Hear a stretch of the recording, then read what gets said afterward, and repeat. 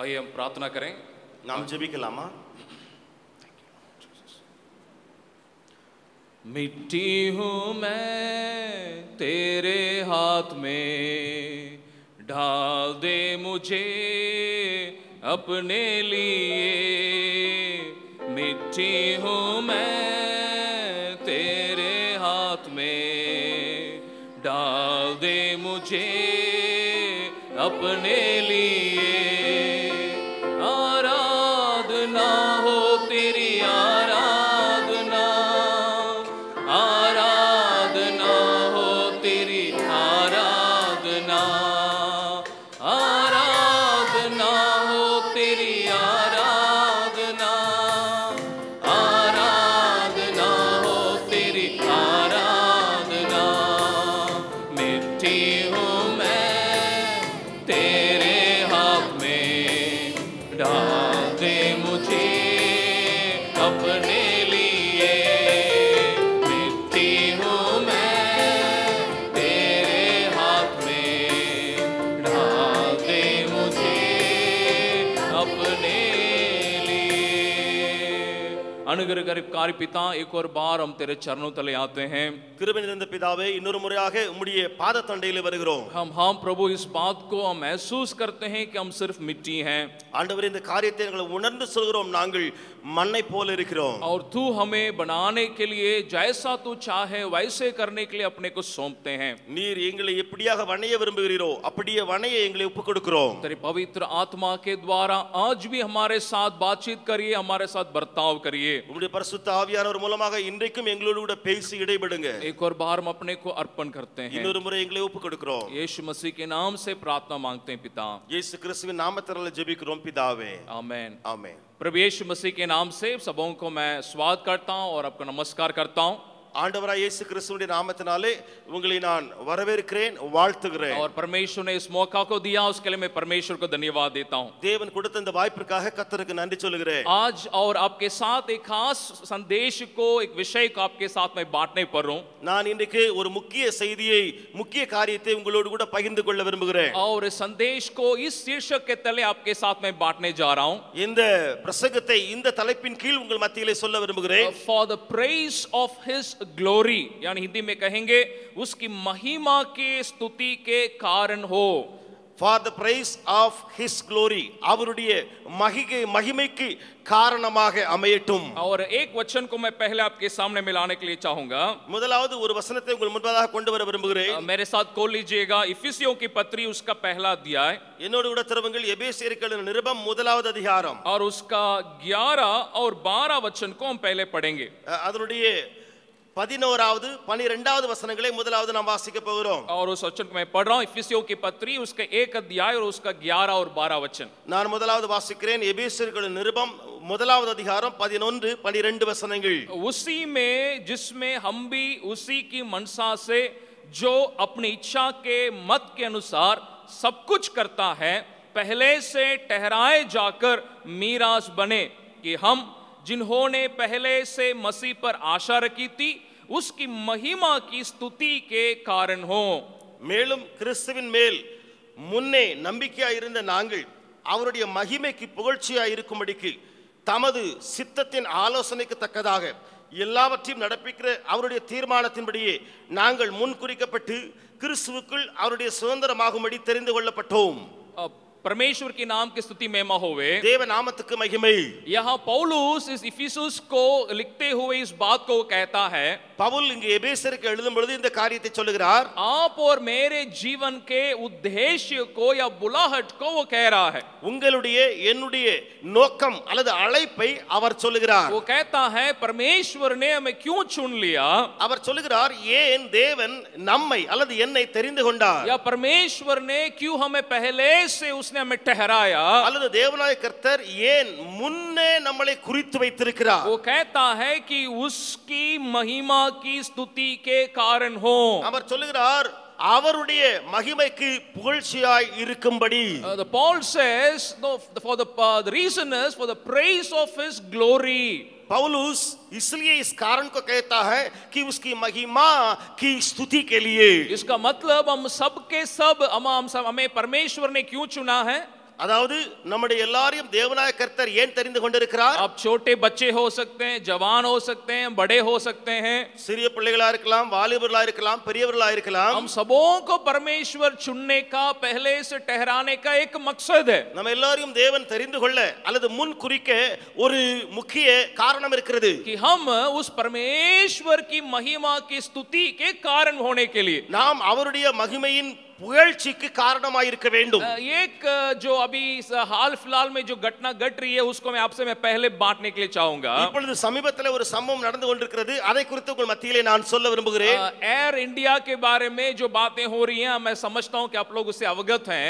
ஏர் இந்தியாவை குறித்ததான சில காரியங்கள் நடக்கிறது. அதை குறித்து நான் சொல்ல விரும்புகிறேன். आपको मालूम होगा कि पिछले 60 साल से ऊपर, लगभग 70 साल से ऊपर हमारे देश के सरकार ने एयर इंडिया को चला रहा था. கிட்டத்தட்ட 60-70 ஆண்டுகளுக்கு மேலாக நம்முடைய இந்திய அரசாங்கமானது ஏர் இந்தியா நிறுவனத்தை நடத்தி வருகிறது. अभी पिछले सप्ताह में एयर इंडिया को टाटा सन्स, जो टाटा का जो कंपनी है, उन्होंने उसको खरीद लिया. இப்பொழுது கடந்த நாட்களில் என்ன ஆயிற்று? ஏர் இந்தியா அந்த கம்பெனியை டாடா நிறுவனத்தார் வாங்கி விட்டார்கள்.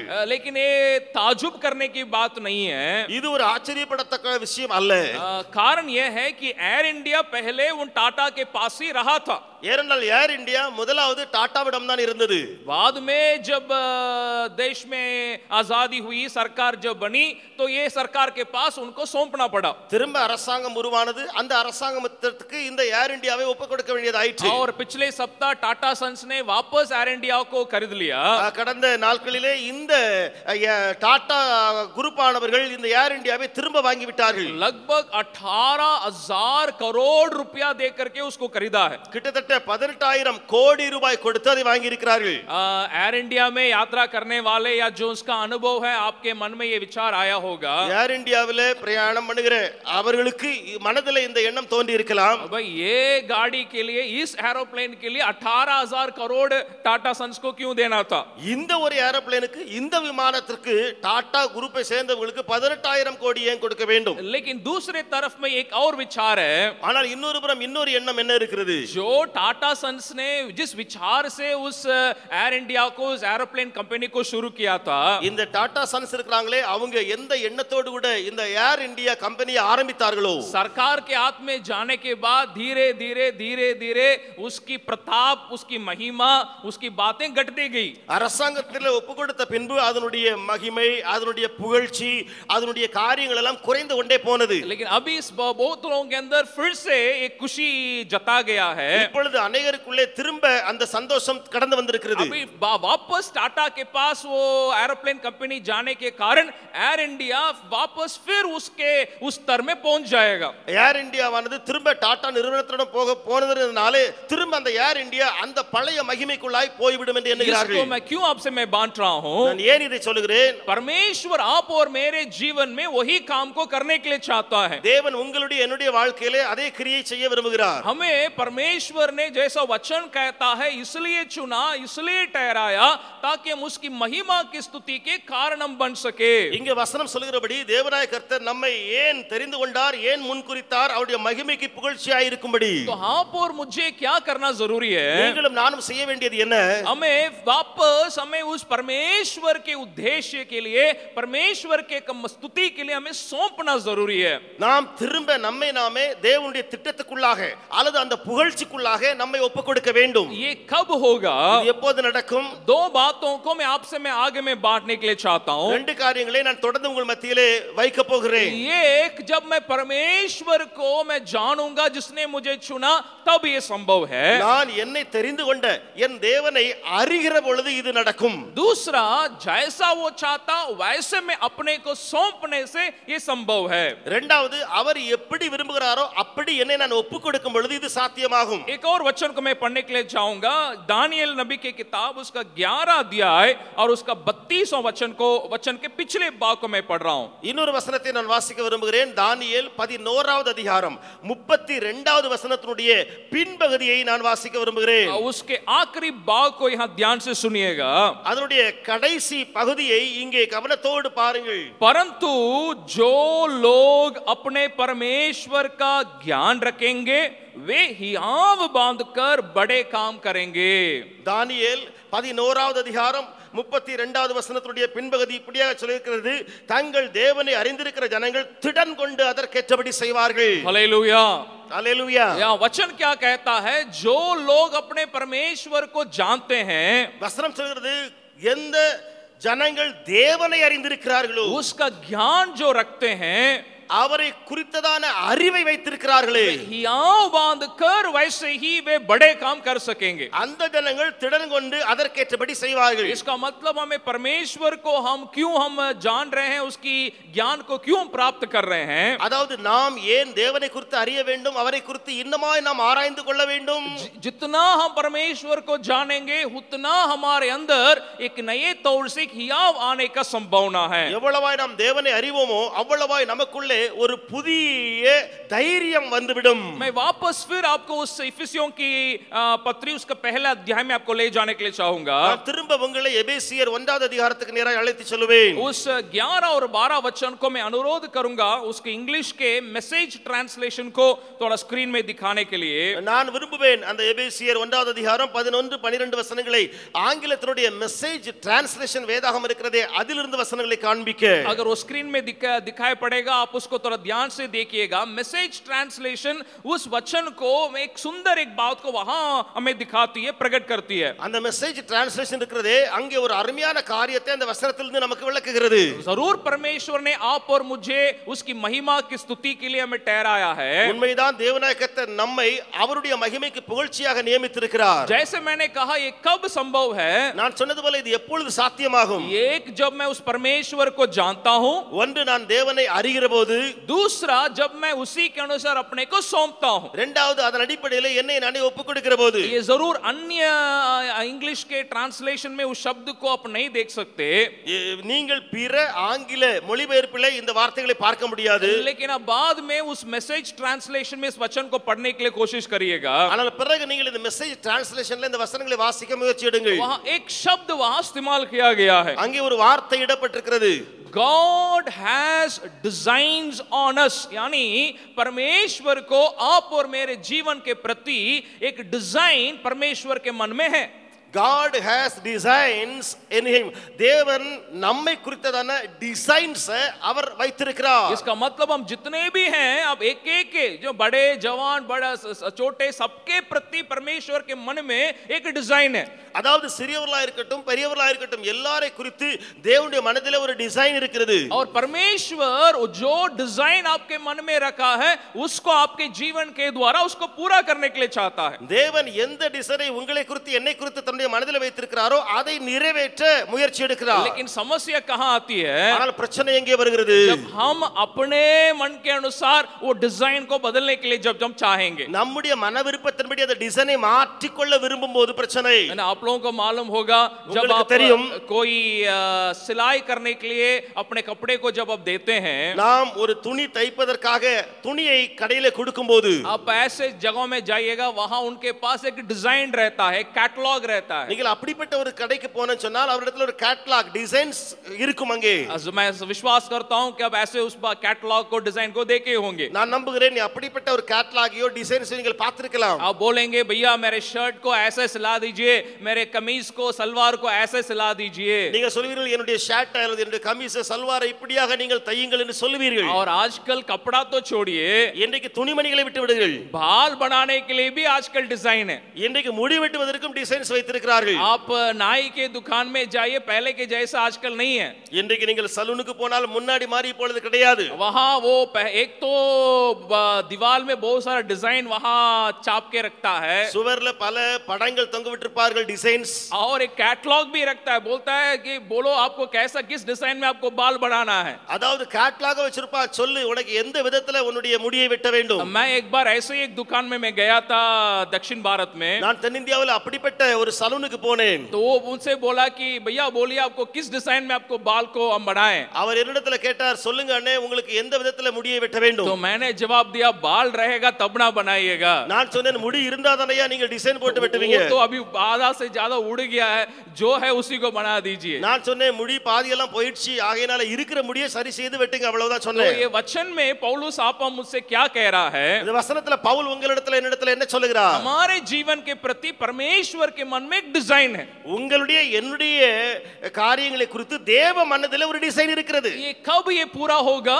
இது எப்பொழுது சாத்தியமாகும்? जब मैं परमेश्वर जैसा मुझे बनाना चाहता है वैसे मैं जब मैं सौंपता हूं। தேவன் விரும்புகிறபடி நான் ஒப்பு கொடுக்கும் பொழுது அது நிறைவேறும். और इसलिए वचन से परमेश्वर कैसे हमारे जीवन में कार्य करता है उसकी 3 बातों को मैं आपको दिखाने जा रहा हूं। ஆகையால தேவனாய கர்த்தர் எப்படி தன்னுடைய வசனத்தின் மூலமாய் நம்மிடத்திலே கிரியை செய்கிறார் என்பதை 3 காரியங்களை காண்பிக்க விரும்புகிறேன். जैसे दानियल नबी की किताब में मैंने कहा जो परमेश्वर को ज्ञान रखेंगे वे याव बांध के बड़े काम करेंगे। நான் தானியேல் புத்தகத்திலிருந்து சொன்னது போல கர்த்தரை அறிந்திருக்கிறவர்கள் திடன் கொண்டு அதற்கேற்றபடி செய்வார்கள். इसका मतलब मुझे पहले परमेश्वर को जानना जरूरी है। அதாவது அர்த்தம் என்ன? முதலாவது தேவனை அறிய வேண்டும். उसी को मैं आगे मैं 3 बातों को मैं दिखाने जा रहा हूं। அதை வைத்து தான் பின்னதாக நான் 3 காரியங்களை சொல்ல விரும்புகிறேன். परमेश्वर कैसा है और मेरे जीवन में कैसा वो कार्य करने के लिए चाहता है। தேவன் எப்படிப்பட்டவர், எப்படி என்னுடைய வாழ்க்கையிலே கிரியை செய்ய விரும்புகிறார். उसी इफिसियों की पत्री के 2 अध्याय को देखिएगा। அதே எபேசியர் 2வது அதிகாரத்தை பாருங்கள். और उसका 10वां वचन को मैं आपके लिए मैं पढ़ रहा हूं। அதனுடைய 10வது வசனத்தை उங்களுக்காக வாசிக்கிறேன். इफिसियों 2:10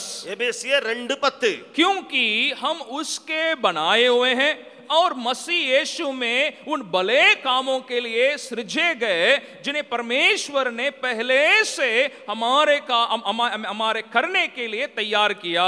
ஏனெனில் நற்கிரியைகளை செய்கிறதற்கு நாம் கிறிஸ்து இயேசுவுக்குள் சிருஷ்டிக்கப்பட்டு தேவனுடைய செய்கையாய் இருக்கிறோம். அவைகளில் நாம் நடக்கும்படி அவர் முன்னதாக அவைகளை ஆயத்தம் பண்ணி இருக்கிறார். पहले परमेश्वर कौन है, मेरे जीवन में कैसा कार्य करता है, उसकी पहली बात को मैं दिखा रहा हूं। முதலாவது தேவன் யார், எப்படி நம்மத்திலே கிரியை செய்ய விரும்புகிறார், அதனுடைய முதலாவது குறிப்பை பேச விரும்புகிறேன். उस वचन को ध्यान से देखिएगा। வசனத்தை கவனத்தோடு பாருங்கள். हम उसके बनाए हुए हैं।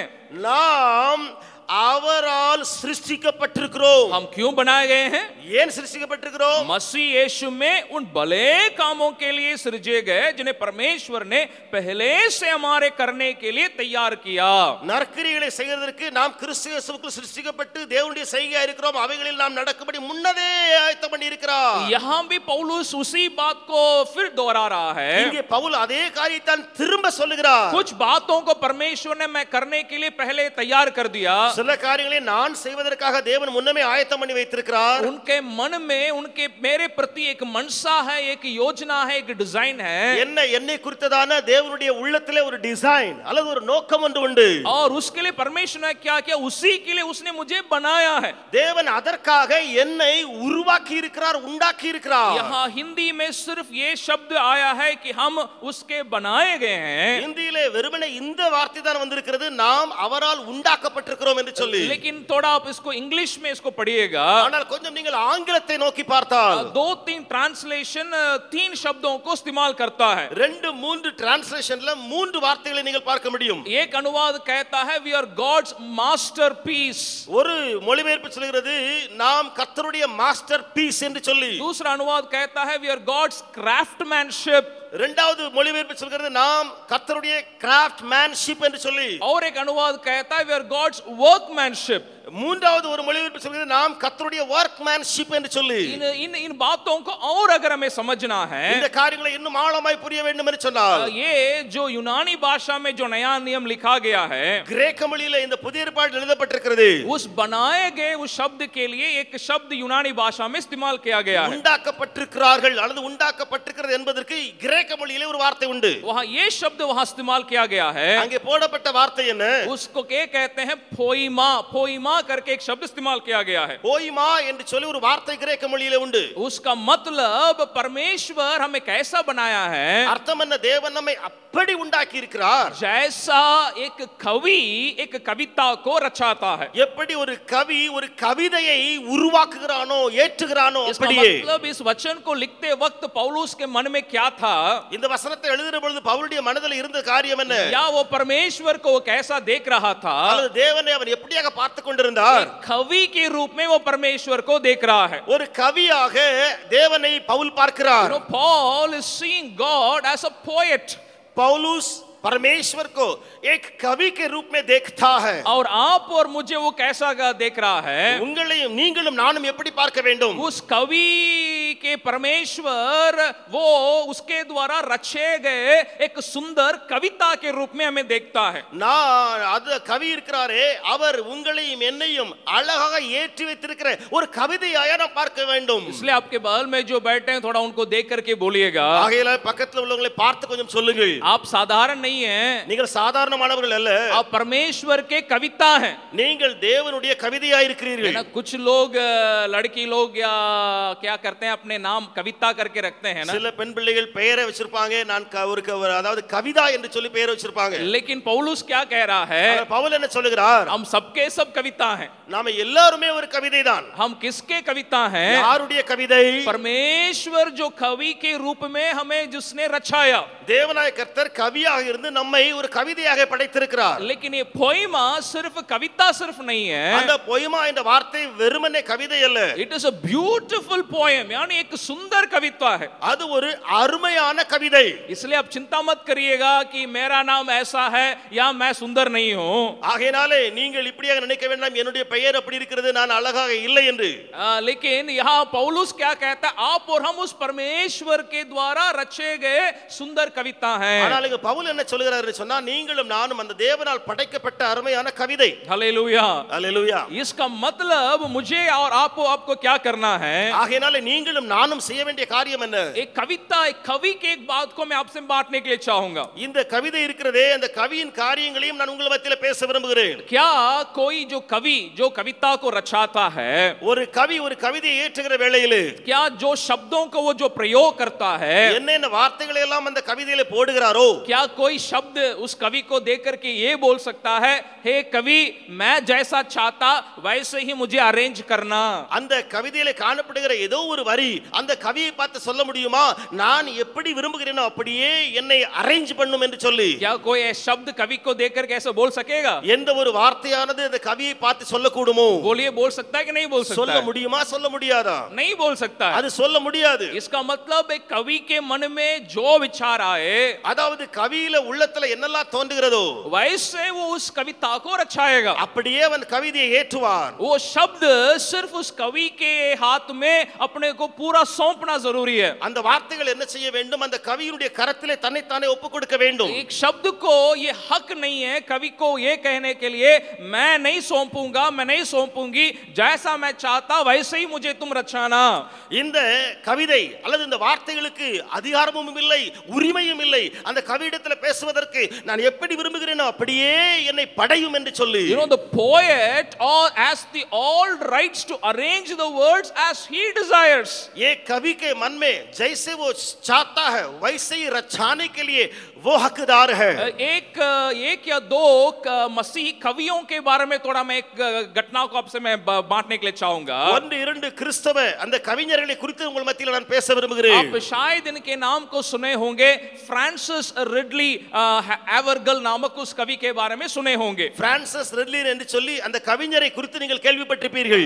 ये परमेश्वर के लिए इस्तेमाल किए गए एक महिला थी, एक बहन थी। இந்த சகோதரி ஒரு கவிஞர் தேவனால் பயன்படுத்தப்பட்ட ஒரு சகோதரியாய் இருந்தாள்। लेकिन उनके जीवन में बातें आसान नहीं रहा। ஆனா வாழ்க்கையின் சம்பவங்கள் எல்லாம் அது ஏற்றுக்கொள்ளத்தக்க ஒரு நன்மையான காரியங்கள் அல்ல। एक के बाद एक कई प्रकार की कठिनाइयां उनके जीवन में आया। ஒன்றுக்கு பின்னால இன்னொன்று என்று சொல்லி अनेक दुख संभवங்கள் வந்தன। पहले जो पब्लिशर जो उनके कविताओं को जो ये करता था वो उनका एक बैंकरप्ट हो गया, उनकी पैसा सब चला गया। அவருடைய கவிதையை அச்சடித்து வந்த ஒரு ஆள் இருக்கிறாரே அவர் முழுவதுமாய் பணத்தை இழந்தார், அவ்வளவு ஒரு நஷ்டம் வந்தது। दूसरा एक घटना उनके साथ हुआ, இரண்டாவது சம்பவம் அந்த கவிஞரோட நடந்தது। जो प्रेस जो जिस प्रेस में उनकी कविताएं जहां पे छापने के लिए तैयार थे, எந்த பிரஸ்ல இவருடைய கவிதைகள் எல்லாம் அச்சடி அச்சடிக்கப்பட ஆயத்தமாக்கப்பட்டிருந்ததோ, और छाप के जो रखे भी गए थे அச்சடிக்கப்பட்டு புத்தக வடிவில் இருந்தன, वो पूरा जल के आग में भस्म हो गया. அவைகள் எல்லாம் எரிந்து சாம்பலாய் போயின தீயிலே. फ्रांसिस रिडली के जीवन में एक के बाद एक नुकसान को उनको सामना करना पड़ा. பிரான்சிஸ் ரெட்லியுடைய வாழ்க்கையிலே ஒன்றுக்கு பின்னாக நஷ்டங்களை தான் சந்தித்தார்கள். आप और मेरे जीवन में भी ऐसी बातें होती हैं உங்களுடைய என்னுடைய வாழ்க்கையில அப்படிப்பட்ட காரியங்கள் நடக்கிறது. जहां हमारे मन के अनुसार बातें जब नहीं होता है, நம்முடைய மனதின் அடிப்படையில காரியங்கள் நடக்காது, या जब हम कोई किसी प्रकार के नुकसान या हानि को जब हम अनुभव करते हैं, அல்லது ஒரு தீமையையோ அல்லது ஒரு நஷ்டத்தையோ நாம் மேற்கொள்கிற வேளையிலே तब हम क्या सोचेंगे, நாம் நினைக்கிறது என்ன, नहीं नहीं ये काफी है, इससे आगे मैं झेल नहीं सकता, இது போதும், ஆகையினாலே நின்று விடுகிறேன், நான் இனிமே என்னால தாங்க முடியாது, ये इसको मैं छोड़ दे रहा हूं. இந்த வேலையை விட்டுறேனா. जैसे आज बताया गया, जो एमपीटीसी के लोग आए, उनके जो मधुमक्खियां काटी करके जो बताया गया था, எப்படி அந்த எம்பிடிசில இருந்து வந்த சகோதர சகோதரிகள் எல்லாம் அந்த தேனீச்சிகள் கொட்டிட்டுன்னு சொல்லி காரியம் சொல்லப்பட்டது. कल उनसे मैं जब मैं बात कर रहा था, उनसे यही बात को मैं उनसे बांटा. நான் நேற்று தினத்தில் அவர்களை பேசிக் கொண்டிருந்த பொழுது இந்த காரியத்தை நான் அவர்களிடத்துல பகிர்ந்து கொண்டேன். ये जरूर वो वेदना साधारण नहीं है, उसको मैं हम जब तक अनुभव नहीं करेंगे उसको प्रकट नहीं कर पाएंगे. அவர்கள் படுகிற வலி வேதனையை நாம் அனுபவிக்காத விதத்துல நாம் அதை குறித்து ஒன்றும் பேச முடியாது. बहुत एक वेदना से भरी उनकी हालत रहा. வேதனையினால வலியினால அவருடைய நிலைமை இருந்தது. लेकिन उनको उत्साह दिलाने के लिए मैं उस एक बात को मैं उनसे मैं बांटा था. உற்சாகப்படுத்த ஒரு காரியத்தை அவரிடத்தில் நான் சொன்னேன். आप जिस बात को अपने में जो आपके बाहर यानी आपके पाने के बाहर परमेश्वर आपको किसी भी बात को अनुमति नहीं देता है. நீங்கள் தாங்கிக் கொள்ள முடியாத அளவிற்கு உங்களுடைய அந்த சகிப்புத்தன்மைக்கு மேலாக கர்த்தர் காரியத்தை அனுமதிக்க மாட்டார். मैंने वही कहा, अगर वही मधुमक्खी मुझे काटता, मालूम नहीं मैं क्या हालत में होता. நான் சொன்னேன், ஒருவேளை அதை அங்க அவர்களை கொட்டினது என்னை கொட்டி சொன்னா என் நிலைமை என்ன ஆயிருக்கும். मैंने कहा परमेश्वर को धन्यवाद हो, परमेश्वर ने आपको इतना हिम्मत दिया है. நான் சொன்னேன், உங்களுக்கு கர்த்தருக்கு நன்றி சொல்றேன், உங்களுக்கு தேவன் கொடுத்த தைரியத்திற்காக. परमेश्वर जानता है कि आप इतना ज्यादा आप सह सकते हैं. தேவன் அறிவார் நீங்கள் இதையும் காட்டிலும் அதிகமாய் சகிக்க முடியும் என்று சொல்லி. तो फ्रांसिस रिडली के अंदर भी यही विचार चले आया. பிரான்சிஸ் ரெட்லி அவர்களுக்குள்ளேயும் வந்த எண்ணம் என்ன, उन्होंने पहला एक काम किया, परमेश्वर को धन्यवाद दिया. முதலாவது அவர் செய்த காரியம் கர்த்தருக்கு நன்றி சொன்னார். परमेश्वर ने इसको मेरे जीवन में आने दिया, आपको धन्यवाद हो. ஆண்டவரே உம்முடைய வாழ்க்கையிலே நீர் நடக்க செய்தீர், அதற்காக உமக்கு நன்றி. और दूसरा उन्होंने एक निर्णय उन्होंने अपने जीवन में लिया. இரண்டாவது ஒரு தீர்மானத்தை தன்னுடைய வாழ்க்கையில் எடுத்தார்கள். उस समय तक वे मसीही गीत भी लिखते थे, संसारिक गीत भी लिखते थे. அந்த காலகட்டம் வரைக்கும் அவர் கிறிஸ்தவ பாடல்களையும் இயற்றினார்கள், இன்னும் உலக பாடல்களையும் இயற்றினார்கள். उस समय उन्होंने निर्णय लिया, आगे मैं संसारिक गीत को लिखना मैं बंद कर दूंगी, सिर्फ मैं मसीह के लिए मैं गीत रचाऊंगी. அந்த வேதனையில் அவர்கள் எடுத்த தீர்மானம், நான் இன்னும் வர நாட்களிலே கிறிஸ்தவ பாடல்களை மட்டும் ஏற்றுவேன், உலக சம்பந்தமான வரிகளை ஏற்ற மாட்டேன். ये साधारण निर्णय नहीं है, இது சாதாரணமான தீர்மானம் அல்ல. पहले से उनको नुकसान है. ஏன்னா முதலாவது அவங்களுக்கு இது வருமானம் வராது. अभी संसारिक गीतों को रचने की बातों को छोड़ेगी और उनको हानि आएगा. ஏற்கனவே இழப்பு, இன்னும் உலக பாடல்களை ஏற்றவில்லை என்று சொன்னால் அவர்களுக்கு தொழில்ல பெரிய பாதிப்பு. वो नुकसान के कारण वे पैसे के पीछे वो नहीं गई. இந்த இழந்தது நிமித்தமாக அவர்கள் பின்னோக்கி பார்க்காமல் और परमेश्वर के बातों के लिए और अपने को वहां पे सौंप दी. இன்னும் தேவ காரியங்களுக்காக தன்னைத்தானே அவர்கள் ஒப்புக் கொடுத்தார்கள். इसी क्षण में या इसी घटना में उन्होंने गीत को रचाया था. இந்த வேதனையிலே இந்த சம்பவத்தில் தான் அவர்கள் ஒரு பாடலை ஏற்றினார்கள். शायद आप उस गीत को आपको मालूम होगा. ஒருவேளை அந்த பாடல் உங்களுக்கு தெரிந்திருக்கலாம். उसके एक दो शब्द को सिर्फ मैं पढ़ के सुनाने के लिए चाहूंगा. அதனுடைய ஒன்று ரெண்டு வரிகளை உங்களுக்கு நான் வாசிக்க விரும்புகிறேன். पहले उसको इंग्लिश में कह के फिर मैं हिंदी में उसको मैं कहूंगा. முதலாவது ஆங்கிலத்தை சொல்லி திரும்ப நான் ஹிந்தியிலே அதை நான் சொல்லுவேன். उन्होंने उस घटना में इस गीत को लिखा, Take my life and let it be consecrated to thee. Take my voice and let me sing always only for my King. Take my will and make it thine, it shall be no longer mine. उन्होंने कहा मेरे जीवन ले ले और ये सिर्फ आपके लिए समर्पित होने दे. முதலாவது அவர்கள் சொன்னார்கள், என்னுடைய வாழ்க்கையை நீர் எடுத்துக்கொள்ளும் ஆண்டவரே, அந்த வாழ்க்கை உமக்காகவே அர்ப்பணிக்கப்படட்டும். मेरी आवाज ले ले और सिर्फ मेरे राजा के लिए मुझे हमेशा गाने दे. என்னுடைய சத்தத்தை நீர் எடுத்துக்கொள்ளும், என்னுடைய ராஜாதி ராஜாவுக்காகவே நான் பாடல் பாடட்டும். मेरी इच्छा ले ले और ये अब से मेरा नहीं रहे, इसे अपना बना ले. என்னுடைய சித்தத்தை எடுத்துக்கொள்ளும், இன்றையிலிருந்து என்னுடையதா இல்லாமல் உமக்காகவே இருக்கட்டும். हालेलुया.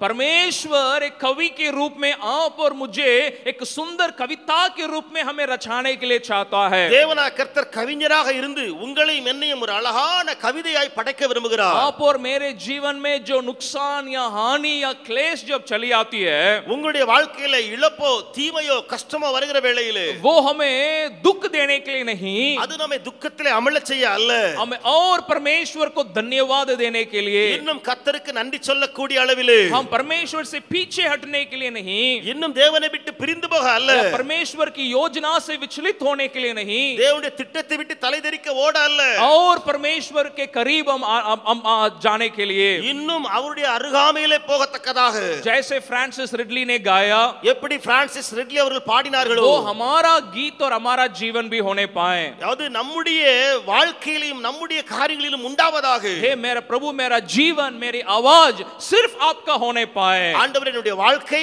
என்னுடைய சத்தம் உமக்காகவே अभी இருக்கட்டும்। मैं दूसरे एक बात को मैं दिखाने के लिए चाहता हूं कि परमेश्वर कैसा हमारे जीवन में कार्य करता है। இரண்டாவது குறிப்பை நான் பேச விரும்புகிறேன், தேவனாய் கர்த்தர் எவ்வாறு நம்முடைய வாழ்க்கையில கிரியை செய்கிறார்। मेरे साथ यशायाह नबी की किताब को खोल लीजिएगा என்னோடு கூட ஏசாயா தீர்க்கதரிசி புத்தகத்தை திறவுங்கள், और उसका 64 अध्याय को अब खोलिएगा, அதனுடைய 64வது அதிகாரத்தை திறவுங்கள்। और उसका 64 अध्याय में से 8 वचन को मैं आपके लिए मैं पढ़ने के लिए चाहता हूं। அந்த 64வது அதிகாரத்திலிருந்து 8வது வசனத்தை வாசிக்க விரும்புகிறேன்। यशायाह 64 अध्याय और उसका 8वां वचन। ஏசாயா 64 8வது वचனம்। तो भी ये यहोवा तू हमारा पिता है, देख हम तो मिट्टी हैं और तू हमारा कुम्हार है, हम सब के सब तेरे हाथ के काम हैं। இப்பொழுதும் கர்த்தாவே நீர் எங்களுடைய பிதா, நாங்கள் களிமண், நீர் எங்களை உருவாக்குகிறவர், நாங்கள் அனைவரும் உம்முடைய கரத்தின் கிரியை। यहाँ यशायाह परमेश्वर को कैसा देखता है? ஏசாயா தேவனை எப்படி பார்க்கிறார்? ये कुम्हार के रूप में देखता है। ஒரு குயவனை போல பார்க்கிறார்। Isaiah sees God as a potter। वो परमेश्वर को कुंवार के रूप में देखता है। पहले हमने परमेश्वर को एक पोएट, एक कवि के रूप में देखा। முதலாவது தேவனை ஒரு போயட் அல்லது கவிஞராக பார்த்தோம்। दूसरे यहाँ वचन परमेश्वर को एक पॉटर यानी कुम्हार के रूप में दर्शाता है। இங்கே தேவனாருடைய கர்த்தருடைய வசனம் இரண்டாவது அவரை ஒரு பாட்டர் அல்லது குயவனாக தரிசிக்கிறது। फिर आपसे एक सवाल मैं करने के लिए चाहता हूं। திரும்ப உங்களிடத்தில் ஒரு கேள்வியை கேட்க விரும்புகிறேன்। क्या मिट्टी कुम्हार से कह सकता है, ए कुम्हार जैसा मैं चाहूंगा वैसे ही तो मुझे बनाना? களிமண் அந்த குயவனை பார்த்து கேட்க கூடுமோ, நான் எப்படி விரும்புகிறேனோ அப்படியே என்னை வணைந்து விடும் என்று சொல்லி? बोलिए, क्या पूछ सकता है? அந்த களிமண் கேட்க முடியுமா? नहीं पूछ सकता है। அது கேட்க முடியாது। जैसा कुम्हार चाहे, எப்படி அந்த குயவன் விரும்புகிறாரோ वैसे उस मिट्टी को बनाने का पूरा हक कुम्हार के हाथ में है। அப்படியே அந்த களிமண்ணை உருவாக்கக்கூடிய முழு உரிமையும் என் தேவனிடத்தில் உண்டு। मिट्टी सिर्फ एक ही काम कर सकता है, அந்த களிமண் செய்யக்கூடிய ஒரே ஒரு வேலை, कुम्हार के हाथ में अपने को पूरी तौर से सौंपना जरूरी है। அந்த குயவனுடைய கரத்திலே தன்னைத்தானே முழுவதும் ஒப்பு கொடுத்திருக்க வேண்டும்। और लेकिन ये कुम्हार के हाथ में क्या हम पूरी तौर से अपने को सौंप सकते हैं? ஆனால் இந்த குயவனுடைய கரத்திலே நம்மை முழுவதுமாய் ஒப்பு கொடுக்க முடியுமா? हाँ, हम जरूर हम सौंप सकते हैं। உண்மைதான், நம்ம ஒப்பு கொடுக்க முடியும்। उसका कारण क्या है? காரணம் என்ன? उसका उसी अध्याय का 4 वचन को पढ़िए, मैं पढ़ रहा हूँ। அதே அதிகாரத்தினுடைய 4வது வசனத்தை நான் வாசிக்க போகிறேன்। वहां उस कुम्हार कैसा कार्य करता है वो उसको कहता है। அந்த குயவன் எப்படி கிரியை செய்கிறான் என்பதை அந்த ஏசாயா தீர்க்கதரிசி சொல்கிறான்। उसको मैं पढ़ रहा हूं, क्योंकि प्राचीन काल ही से तू छोड़ कोई और ऐसा परमेश्वर न तो कभी देखा गया और न कान से उसकी चर्चा सुनी गई जो अपनी बाट जोड़ने वालों के लिए काम करे। ஆண்டவரே, உமக்கு காத்திருக்கிறவர்களுக்கு நீர் செய்பவைகளை நீரே அல்லாமல் உலக தோற்றம் முதற்கொண்டு ஒருவரும் கேட்டதும் இல்லை, செவியால் உணர்ந்ததும் இல்லை, அவைகளை கண்டதும் இல்லை। Hallelujah, hallelujah. यहाँ परमेश्वर के वचन क्या हमें दिखा रहा है? இங்கே தேவ வசனம் என்னத்தை நமக்கு காண்பிக்கிறது? आप और मेरे लिए जो परमेश्वर जो कुम्हार है वो कैसा बर्ताव करता है? உங்களுக்காகவும் எனக்காகவும் தேவனாய் கர்த்தர் குயவனாய் இருக்கிறார், அவர் எப்படி ஈடுபடுகிறார்? क्यों हम पूरी तौर से उसके हाथ में हम सौंप सकते हैं? ஏன் ஏன் நம்மை நாமே முழுவதுமாய் அவருடைய கரத்தில் ஒப்புக் கொடுக்க வேண்டும்? क्योंकि जब हम पूरी तौर से उसके हाथ में जब हम सौंपते हैं, ஏனென்றால் முழுவதும் அவருடைய கரத்தில் நாம் ஒப்புக் கொடுக்கிற हम வேளையிலே एकदम हम बिना चिंता के हम रह सकते हैं, நாம் முழுவதும் கவலை இல்லாமல் வாழ முடியுமே. क्योंकि वो कुम्हार जो आप और मेरे जीवन में जो करेगा, ஏனென்றால் அந்த குயவன் உங்களுடைய என்னுடைய வாழ்க்கையில செய்கிற காரியங்கள் இருக்கிறது. ऐसे कार्य को वो करेगा அவர் அப்படிப்பட்ட கிரியை செய்வார். जो किसी के कानों में नहीं सुनाया गया, செவிகள் கேட்டதும் இல்லை, किसी ने अपने नजर में कभी नहीं देखा, கண்களினால் எவனும் கண்டதும் இல்லை, किसी के चित्त में भी कभी नहीं जगा है, அவர்கள் உள்ளத்திலே ஒருபோதும் கேட்டு உணர்ந்ததும் இல்லை. ऐसे कार्यों को आप और मेरे जीवन में परमेश्वर करने के लिए चाहता है. அப்படிப்பட்ட கிரியைகளை உங்களுடைய என்னுடைய வாழ்க்கையில கர்த்தர் செய்ய விரும்புகிறார். हालेलुया. ஹalleluya. लेकिन इसको परमेश्वर कब कर सकेगा? ஆனால் இதை தேவன் எப்பொழுது செய்வார் தெரியுமா?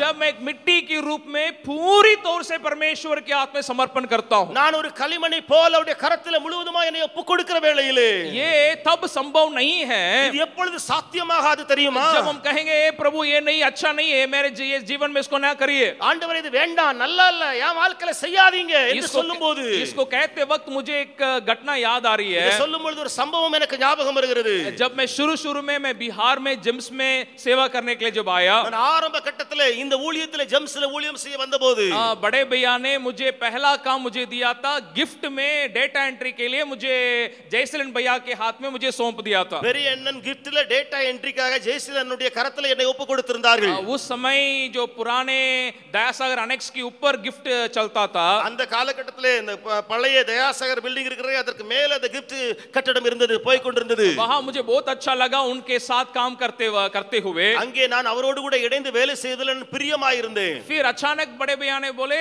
नहीं, तुमको मीडिया और क्रूसेड टीम में थोड़ा मदद करना है. திரும்ப அண்ணன் என்னை பார்த்து சொன்னார்கள், உங்களுக்கு மீடியா இன்னும் குருசேட் டீம்ல இருந்து ஊழியம் செய்ய வேண்டும். उसको उन दिनों में मीडिया और क्रूसेड टीम हम लोग कहते थे. அந்த நேரத்துல மீடியா குருசேட் டீம் என்று சொல்லி வந்தோம். इसलिए मेरा काम था हर जब भी बड़े भैया प्रचार करते थे, ஆகையால எங்களுடைய வேலை என்ன, எப்பொழுதெல்லாம் பெரிய அண்ணன் பிரசங்கம் பண்ணுவாங்களோ एक उन दिनों में एक मीडिया में हम लोग के पास एक ऐसा एक साधन था जिसमें कैसेट को रिकॉर्ड कर सकते हैं. அந்த நேரத்துல மீடியாவில ஒரு பொருள், ஒரு மெஷின் இருந்தது, அதுல கேசட்டை வைத்து வைத்து நாங்கள் ரெக்கார்ட் பண்ணுவோம். और मुझे वो काम था, उसको रोज मुझे उस कैसेट में रिकॉर्ड करना. எனக்கு வேலை என்ன, தினந்தோறும் அந்த கேசட்ல அந்த மெசேஜை ரெக்கார்ட் பண்ண வேண்டும். फिर उसको कॉपी निकालना, அதுல இருந்து திரும்ப காப்பீஸ் எடுக்க வேண்டும். और साथ ही क्रूसेड में जहां कभी क्रूसेड लगता था वहां जाना. அதற்கு பின்பு எங்கெல்லாம் குருசேட் கூட்டங்கள் நடக்குமோ அங்கே நாங்கள் போக வேண்டும். और क्रूसेड में जब हम लोग जाते थे मुझे बहुत अच्छा लगता था. குருசேடுக்கு போகும்போது எனக்கு ரொம்ப பிடிக்கும் அங்கே. और वहां पे दो कारण से मुझे बहुत अच्छा लगता था. ரெண்டு காரியத்து நிமித்தம் எனக்கு குருசேட் ரொம்ப பிடிக்கும். उन दिनों में ज्ञानराज भैया, प्रभाकर भैया ये लोग रहते थे. அந்த காலகட்டத்திலே ஞானராஜ் அண்ணன், பிரபாகர் அண்ணன் சொல்லி இருந்தாங்க. और हम लोग शाम को क्रूसेड होता था, அங்கே சாயந்திரத்துல குருசேட் கூட்டங்கள் நடக்கும். इसलिए दिन में हम लोग हम लोग के संगति वहां पे होती थी. ஆகையால பகல்ல ஃப்ரீயா இருப்போம், நல்ல ஐக்கியம் கொள்ளுவோம். और उस क्रूसेड टीम में मुझे दो काम मुझे दिए गए. அந்த குருசேட் டீம்ல எனக்கு ரெண்டு வேலைகள் கொடுத்திருந்தாங்க. एक मीटिंग के टाइम में वो कैसेट और बुक को मुझे बिक्री करना है. ஒன்று அந்த அந்த படைமுயற்சி கூட்ட டைம்ல கேசட் புக்ஸ் நான் விற்க வேண்டும். दूसरा काम मुझे सिर्फ दिया गया.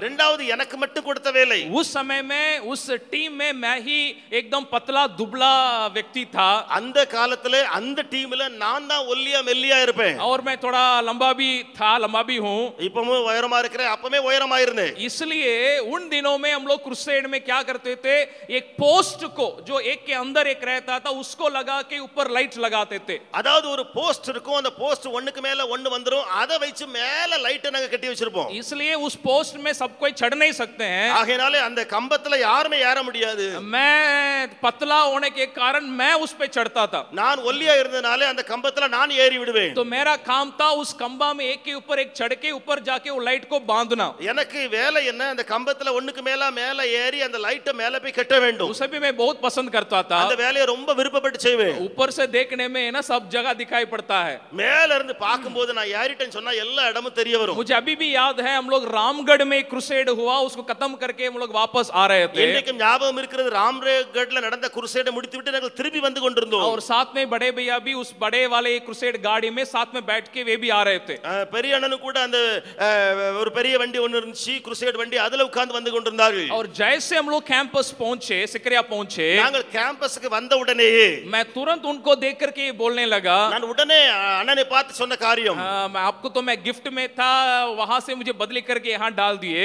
நீங்கள் நான் கிஃப்ட்ல இருந்த பொழுது அங்கிருந்து மாற்றம் செய்து என்னை இங்கே கொண்டு வந்தீங்க। अभी मुझे पूरा मन लग गया इस मीडिया और क्रूसेड टीम में। இப்பொழுது என்னுடைய மனது முழுவதும் பிடித்து விட்டது மீடியா குருசேட் டீம்ல வேலை செய்ய। मैं इसी में रहने के लिए चाहता हूँ। இதிலேயே இருந்து விட விரும்புகிறேன்। जैसे मैं उसको कहा, நான் சொன்ன உடனேயே तुरंत उन्होंने मुझे देख करके यही कहा, உடனே அவர் என்னை பார்த்து சொன்ன காரியம், मरियोश आपके लिए तो मेरे पास दूसरा योजना है। உங்களை குறித்து எனக்கு இன்னொரு திட்டம் இருக்கிறது। कल से इंग्लिश मीडियम स्कूल में आपको टीचर के रूप में पढ़ाने के लिए जाना है। நாளையிலிருந்து நீங்கள் இங்கிலீஷ் மீடியம் ஸ்கூல்ல டீச்சராக போய் சொல்லிக் கொடுக்க வேண்டும்। उसी दिन मैंने सोचा अच्छा लग रहा है ये काम। நான் நினைச்சேன் இந்த வேலை ரொம்ப நல்லா இருந்துட்டு இருக்குது। लेकिन बड़े भैया बोले कल से तुमको वहां स्कूल में पढ़ाना है। ஆனா பெரியண்ணன் சொன்னாங்க நாளைக்கு மரியோஸ் நீங்கள் அந்த ஆங்கில வழி பள்ளியிலே போய் கற்றுக் கொடுக்க வேண்டும்। मैं मान लिया ठीक है भैया हम पढ़ाएंगे। நான் சொன்னேன் சரி அண்ணா நான் போகிறேன் அங்கே। एक साल पढ़ा रहे थे, हमको उसी में भी पूरा मन लग गया।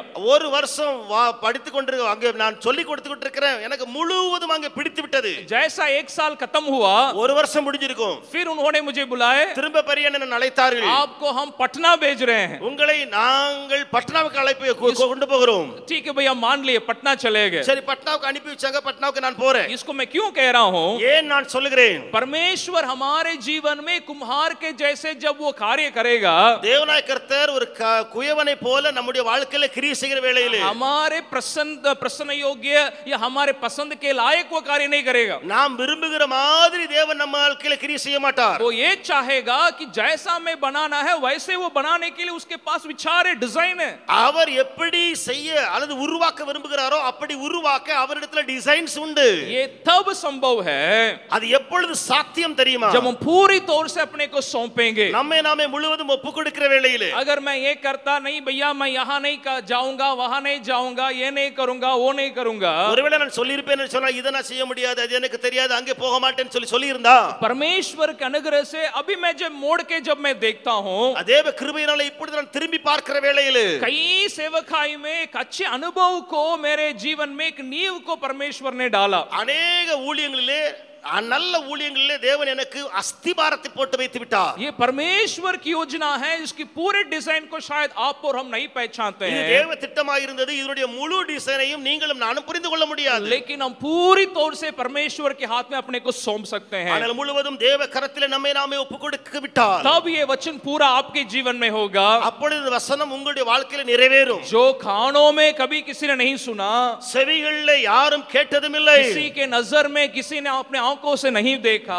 கண்களினாலே ஒருவரும் கண்டதும் இல்லை, किसी के चित्त में भी जो बातें नहीं लगी है, அவருடைய உள்ளத்திலே உணர்ந்ததும் இல்லை, ऐसे बातों को परमेश्वर आपके जीवन में कर सकता है। அப்படிப்பட்ட கிரியைகளை தேவன் உங்களுடைய வாழ்க்கையில செய்யக்கூடும்। हालेलुया। ஹalleluya। तीसरे एक बात को मैं दिखा के अंत करने के लिए चाहूंगा। மூன்றாவது ஒரு காரியத்தை சொல்லி நான் முடிக்க விரும்புகிறேன்। पहले मैंने ये दिखाया परमेश्वर एक कवि है, एक पोएट है, हमारे जीवन में हमें एक सुंदर कविता के रूप में रचाने के लिए चाहता है। முதலாவது சொன்னேன், தேவன் ஒரு அருமையான கவிஞர், நாம் கவிதையாய் இருக்கிறோம், ஒரு அழகான கவிதையாய் நம்மை வடிவமைக்க விரும்புகிறார்। दूसरा वो एक पॉटर, एक कुम्हार के रूप में हमें एक सुंदर एक बर्तन की नाई हमें बनाने के लिए चाहता है। இரண்டாவது ஒரு பாட்டர் அல்லது ஒரு குயவன் ஒரு அருமையான பாத்திரமாய் நம்மை வணைய விரும்புகிறார்। तीसरी बात को समझने के लिए मेरे साथ मलाकी की किताब को खोलिएगा। மூன்றாவது காரியத்தை உணர்ந்து கொள்ள என்னோடு கூட திருவுங்கள் மல்கியாவின் புத்தகம்। मलाकी उसका तीसरा अध्याय में से एक वचन को मैं पढ़ने के लिए चाहता हूं। மூன்றாவது அதிகாரத்திலிருந்து நான் ஒரு வசனத்தை வாசிக்க விரும்புகிறேன்। उसका 3 और 4 वचन को मैं पढ़ रहा हूं। மூன்றாம் நான்காம் வசனங்களை வாசிக்கிறேன்। मलाकी 3 अध्याय का 3 और 4। மல்கியா 3:4 வசனங்கள்। वो रूप को थाने वाला और शुद्ध करने वाला बनेगा और लेवियों को शुद्ध करेगा और उनको सोने रूप के समान निर्मल करेगा, तब वे यहोवा की बाट धर्म से चढ़ाएंगे। அவர் உட்கார்ந்து வெள்ளியை புடமிட்டு சுத்திகரித்துக் கொண்டிருப்பார், அவர் லேவி புத்திரரை சுத்திகரித்து அவர்கள் கர்த்தருடைய வரலாறுக்கும்படிக்கு நீதியான காணிக்கையை செலுத்திபடிக்கும் அவர்களை பொன்னை போலும் வெள்ளியை போலும் புடமிடுவார்। तब यहूदा और यरूशलेम की भेंट यहोवा को ऐसी बाएगी जैसा पहले के दिनों में और प्राचीन काल में भाती थी। அப்பொழுது பூர்வ நாட்களிலும் முந்தின வருஷங்களிலும் இருந்தது போல யூதாவின் காணிக்கையும் எருசலேமின் காணிக்கையும் கர்த்தருக்கு பிரியமாயிருக்கும். अभी परमेश्वर का योजना आप और मेरे जीवन में क्या है? இப்பொழுது தேவனுடைய திட்டம் உங்களுடைய என்னுடைய வாழ்க்கையிலும் என்ன? पहला उसके मन में जो प्लान है उसको पूरा करना. முதலாவது அவருடைய மனதிலே இருக்கிற டிசைன் அதை நிறைவேற்ற வேண்டும். उसके साथ ही हम परमेश्वर के लिए एक भावता हुआ जीवन, एक प्लीजिंग लाइफ हम जीने के लिए वो चाहता है. அதோடு கூட தேவன் என்ன விரும்புகிறார்? நாம் அவருக்கு பிரியமான பிரியப்படுகிற ஒரு வாழ்க்கை வாழ வேண்டும். ये दोनों एक दो पटरी के समान है. அது ரெண்டும் ஒரு தண்டவாளத்தை போன்றது. एक पटरी में जब मैं परमेश्वर के भावता हुआ जीवन बिता करके मैं आगे बढ़ते जाता हूं, தண்டவாளத்திலே ஒரு இடத்திலே நான் அவருக்கு விருப்பமான வாழ்க்கை வாழ்ந்து கொண்டு முன்னேறுகிறேன். दूसरे पटरी में परमेश्वर अपनी योजनाओं को मेरे जीवन में पूरा करता जाएगा. அதே தண்டவாளத்திலே இன்னொரு இடத்திலே தேவனாய கர்த்தர் தன்னுடைய சித்தத்தை நிறைவேற்றிக் கொண்டே செல்வார். उसको करने के लिए परमेश्वर मेरे और आपके जीवन में कैसा बर्ताव करने के लिए चाहता है, அதை செய்வதற்காக தேவனாய கர்த்தர் உங்களுடைய என்னுடைய வாழ்க்கையில எப்படி ஈடுபட விரும்புகிறார்? वो एक प्यूरिफायर या एक रिफाइनर, एक शुद्ध करने वाले, थाने वाले के रूप में कार्य करता है. அவர் ஒரு பியூரிஃபையராக அல்லது சுத்திகரிக்கிறவராக அல்லது புடமிடுகிறவராக அல்லது ரிஃபைனராக இருந்து வேலை செய்ய விரும்புகிறார். ये शुद्ध करना या थाना आसान या साधारण बात नहीं है. இது புடமிடுதல் அல்லது சுத்திகரித்தல் ஒரு எளிதான ஒரு சாதாரணமான விஷயம் அல்ல. अगर आप चांदी या सोना को जब आग में जो थाया जाता है, अगर उसको देखिएगा, பொன்னையோ வெள்ளியையோ அது அந்த அக்கினியிலே சுட்டெரிக்கப்படுகிற காரியத்தை நீங்கள் பார்க்கும்போது आपने कभी देखा है நீங்கள் பார்த்தீர்களா? इतना ज्यादा वहां पे गर्म कराया जाएगा, இவ்வளவு அதிகமாய் சூடு உண்டாக்குவார்கள்.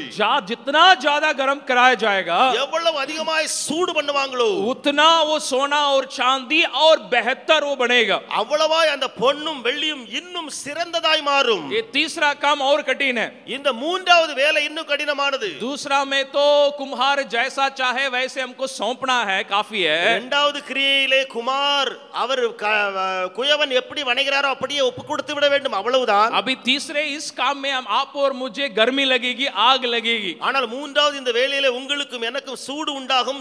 அதாவது பொத்து போகிற மாதிரி இருக்கும். उसी समय हमारे मन में ये विचार आएगा, அந்த வேளையிலே மனதிலே தோன்றுகிற எண்ணம் என்னவாய் இருக்கும்? हे परमेश्वर, मैंने तो आपके हाथ में अपने को सौंपा, ஆண்டவரே என்னைத்தான் உம்முடைய கரத்துல ஒப்பு கொடுத்து விட்டேனே, जो आपने कहा उसको मैंने किया, நீ சொன்னது அதை நான் செய்து விட்டேன். ये आग के अनुभव क्यों आप दे रहे हैं? ஆண்டவரே இந்த அக்கினியின் அனுபவத்துக்குள்ள ஏன் என்னை கொண்டு போகிறீர்? तब परमेश्वर ये कहेगा, அப்பொழுது கர்த்தர் சொல்லுவார், ना केवल मैं अपनी योजनाओं को तुम्हारे जीवन में मैं पूरा करने के लिए चाहता हूं, என்னுடைய திட்டத்தை உன்னுடைய வாழ்க்கையில் நிறைவேற்றுகிறது மாத்திரமல்ல, मैं तुझे मेरे लिए एक भाता हुआ व्यक्ति के रूप में बनाने के लिए भी चाहता हूं. உன்னை எனக்காக நான் பிரியப்படுகிற அளவுக்கு ஒரு மனிதனாய் மாற்ற விரும்புகிறேன். हालेलुया. क्यों? कारण क्या है? காரணம் என்ன? हम परमेश्वर के योजना के साथ ही நாம் தேவனுடைய திட்டத்தோடு கூட கூட उसके आगमन में पाए जाने के योग्य भी हमें वो बनाने के लिए चाहता है. அவருடைய வருகையிலே காணப்படத்தக்க அளவுக்காக நம்மை அவர் உருவாக்க பாத்திரவானாய் மாற்ற விரும்புகிறார். मैं समय के अभाव से तीन बातों को कैसे उस कार्य को करता है, उस वचन को सिर्फ दिखा के मैं अंत करने के लिए चाहूंगा. நான் நேரம் குறைவா இருப்பதனாலே அவர் எப்படி அந்த காரியத்தை செய்கிறார் என்பதை குறித்து மூன்று காரியங்களை சொல்லி விடுகிறேன். ये शुद्ध करने के लिए, आप और मुझे थाने के लिए, प्यूरिफाई करने के लिए परमेश्वर क्या इस्तेमाल करता है? சுத்திகரிப்பதற்காக அல்லது புடமிடுவதற்காக தேவனாய கர்த்தர் என்னெல்லாம் செய்கிறார் உங்களுக்காக? आप बाद में पढ़ लीजिएगा. अगर आप भजन संगीता 12 अध्याय का 6 वचन को अगर आप पढ़ेंगे, பிறகு வாசித்துக் கொள்ளுங்கள். சங்கீதம் 12:6 வாசித்து பார்த்தால் वहां वचन कहता है, परमेश्वर का वचन ऐसा थाया हुआ है, उसको परमेश्वर आप और मेरे जीवन में इस्तेमाल करता है. அங்கே வேதம் சொல்கிறது, புடமிடப்பட்ட அந்த வசனம் இருக்கிறது, அதை நம்மிடத்திலே அனுப்பி நம்மை புடமிடுகிறார். यानी परमेश्वर कैसे आप और मेरे जीवन में अब मैं शुद्ध कब कैसे करेगा? தேவனாய கர்த்தர் உங்களையும் என்னையும் எப்படி சுத்திகரிப்பாராம்? वचन हमें पूरी तौर से हमें थाने के लिए, शुद्ध करने के लिए जब अपने को अर्पण करते हैं. அதாவது வசனம் நம்மை புடமிட, நம்மை சுத்திகரிக்க, நம்மை நாமே அர்ப்பணிக்க வேண்டும். दूसरा परमेश्वर क्या इस्तेमाल करता है? இரண்டாவது கர்த்தர் என்ன பயன்படுத்துகிறார்? भजन संगीता का 66 अध्याय को अगर आप पढ़ेंगे, சங்கீதம் 66 66 நீங்கள் வாசித்து பார்த்தால் उसका 10 से लेकर 12 तक वचनों को अगर आप पढ़ेंगे 10 முதல் 12 வசனங்களை நீங்கள் வாசித்தால் वहां वचन कहता है परमेश्वर लोगों को हमें रोंदने के लिए अनुमति देता है. அங்கே நீங்கள் வாசித்து பார்த்தால் தேவனாய கர்த்தர் நம்மை ஜனங்கள் நம்மை மிதிக்கத்தக்கதாக நம்மை அனுமதிக்கிறார். ये साधारण नहीं है. இது சாதாரணமானது அல்ல. वचन आपको और मुझे शुद्ध करेगा, ठीक है, हम अपने को सौंप लेंगे. சரி, வசனம் என்னை புடமிட்டால் வசனத்துக்கு என்னை ஒப்பு கொடுத்து விடுவேன். लोग जब हमें रोंदेंगे तब समस्या आती है. ஜனங்கள் நம்மை கடந்து போக நம்மை மேலே கடந்து போகும் பொழுது நாம் எவ்வளவு வேதனைப்படுவோம். वचन में लिखा है परमेश्वर आपने लोगों को मेरे ऊपर मुझे रोंदने के लिए मुझे आपने अनुमति दिया.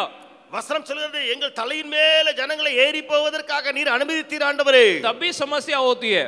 அப்பொழுதுதான் பிரச்சனைகள் வருகிறது. कहेंगे नहीं नहीं नहीं भैया ये हमारे साथ नहीं हो सकता है. நீங்க சொல்லுவீங்க அப்போ ஆண்டவரே இது வேண்டவே வேண்டாம், எனக்கு வேண்டாம். इस आदमी के साथ मैं काम नहीं कर सकता. இந்த மனுஷனோட இணைந்து வேலை செய்ய முடியாது. ये कभी-कभी परिवार के अंदर होगा. இது குடும்பத்துக்குள்ளே சில நேரங்களில் நடக்கும். फिर भी क्या करें, हो गया परिवार हो गया, एडजस्ट करेंगे करके जिएंगे. அதனாலும் என்ன செய்வோம், குடும்பம் ஆயிட்டு அட்ஜஸ்ட் பண்ணி வாழுவோம் என்று சொல்லி வாழ்ந்து விடுவோம். लेकिन यहाँ परमेश्वर की विचार को वहां देखिए, தேவனுடைய எண்ணத்தை அங்கே நீங்க பாருங்கள். परमेश्वर क्या करेगा उसी वचन में आखिरी में वो वचन कहता है, அதே வசனங்களிலே கடைசியாக தேவ வசனம் சொல்கிறது, इसको बराबर अनुमति देते नहीं रहेगा परमेश्वर. இதை அப்படியே நீ கடைசி வரைக்கும் அனுமதிக்கிறேன்னு சொல்லி அனுமதிக்க விட மாட்டார். परमेश्वर का काम आपके जीवन में जो पूरा हो जाएगा, தேவனுடைய அந்த புடமிடுதல் உங்க வாழ்க்கையில நிறைவேறிட்ட போது आपको एक विशाल जगह में आपको प्रवेश कराएगा. தேவனாய கர்த்தர் செழிப்பான விசாலமான இடத்திலே உங்களை கொண்டு வந்து விடுவார். हालेलुया.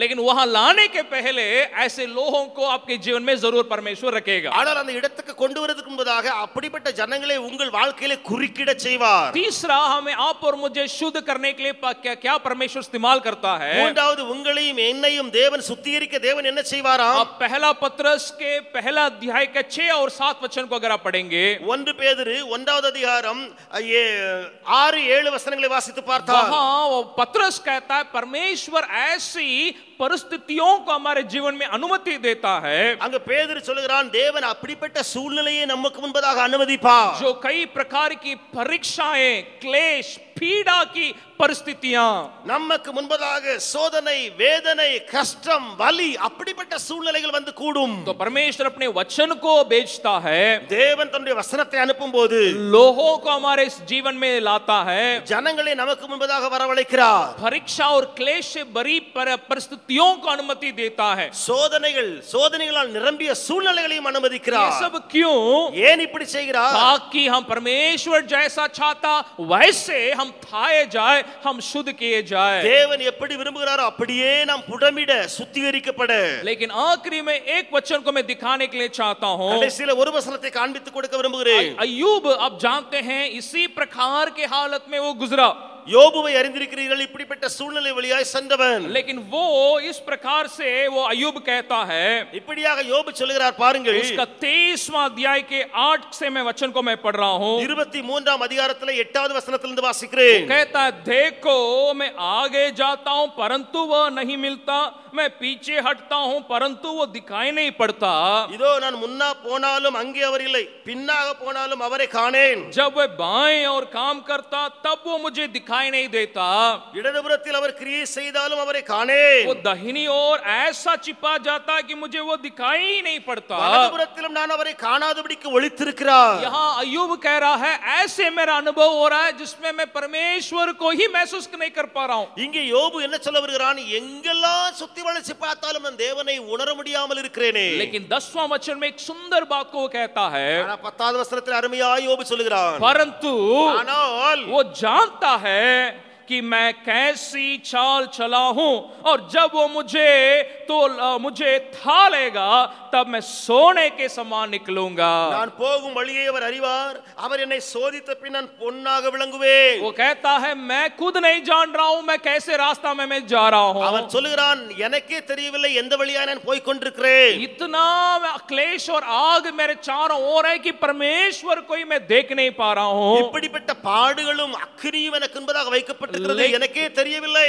लेकिन परंतु मैं ये जानता कि वो परमेश्वर जानता है कि मैं कैसा चाल चला हूं. ஆனால் இதை நான் அறிந்திருக்கிறேன், நான் போகும் வழியை என் தேவன் அறிவார். ना केवल ये, அது மாத்திரமல்ல, जब वो मुझे था लेगा तब मैं सोने के समान निकलूंगा. அவர் என்னை சோதித்த பின் நான் பொன்னாக விளங்குவேன். Hallelujah, hallelujah. यही परमेश्वर का योजना है. இதுதான் தேவ திட்டமாயிருக்கிறது. उस आग को क्यों परमेश्वर बेचता है? ஏன் அந்த அக்கினியை தேவன் நம் முன்னே அனுப்புகிறார்? हमें शुद्ध करने के लिए. நம்மை சுத்திகரிக்க.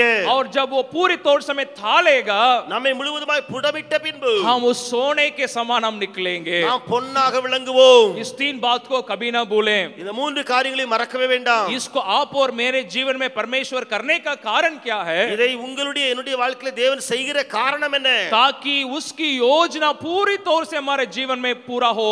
அவருடைய திட்டம் நம்முடைய வாழ்க்கையில முழுவதுமாய் நிறைவேறும்.